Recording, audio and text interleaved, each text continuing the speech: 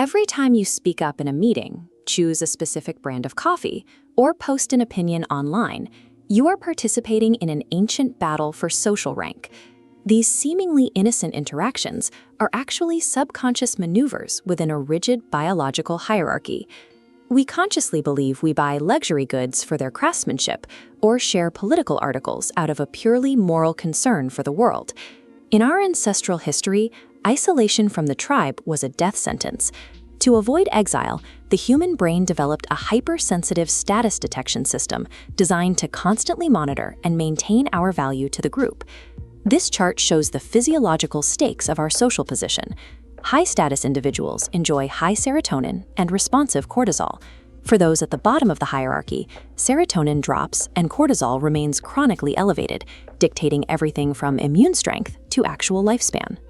These invisible games dictate your physical health and your psychological security. Until you recognize the biological rules driving your behavior, your ancient hardware is effectively running your life without your conscious consent. Human social competition can be broken down into 3 distinct games. The first and oldest is dominance. In our earliest social structures, rank was seized through physical force, aggression, and intimidation. As humans began to rely on complex collaboration to survive, brute force became a social liability. Tribes began to penalize impulsive violence, shifting the hierarchy toward prestige and earned respect. This created the success game. Rank is awarded for competence and utility to the tribe. Whether it was prehistoric hunting skills or painting the Sistine Chapel, the goal is to prove your talent is indispensable to the group. In the modern world, we use consumption as the primary tool to broadcast this success.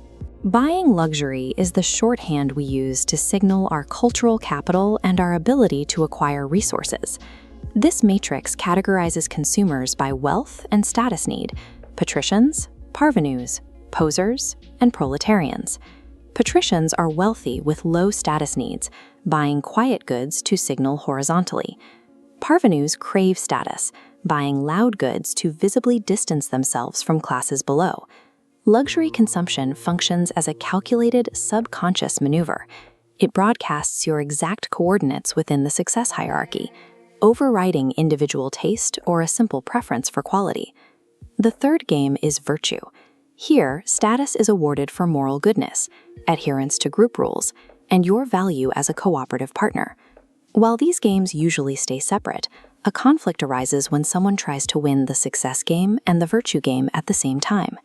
This collision results in the humblebrag, analyzed by Harvard Business School. It's a dual-purpose strategy, masking a boast behind a complaint or humility, like complaining about how exhausting it is to manage recent media requests. Research shows this strategy statistically backfires. Humble braggers are perceived as less competent and likable.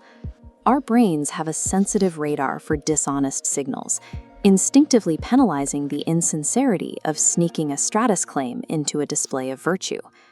Virtue only yields status when it appears selfless.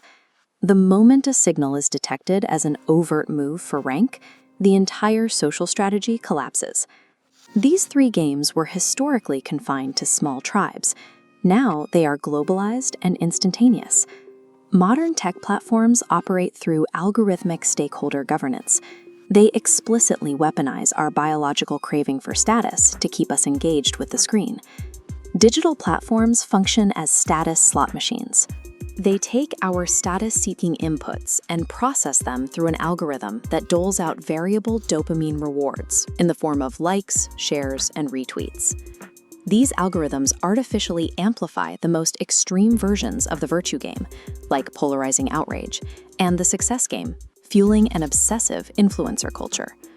You cannot opt out of the status game entirely because your neurobiology requires it to survive. However, you can stop being an unreflective participant. Once you recognize when your biology is being manipulated, you can actively choose to play competence-based games that provide true value to your tribe, rather than just chasing a digital score.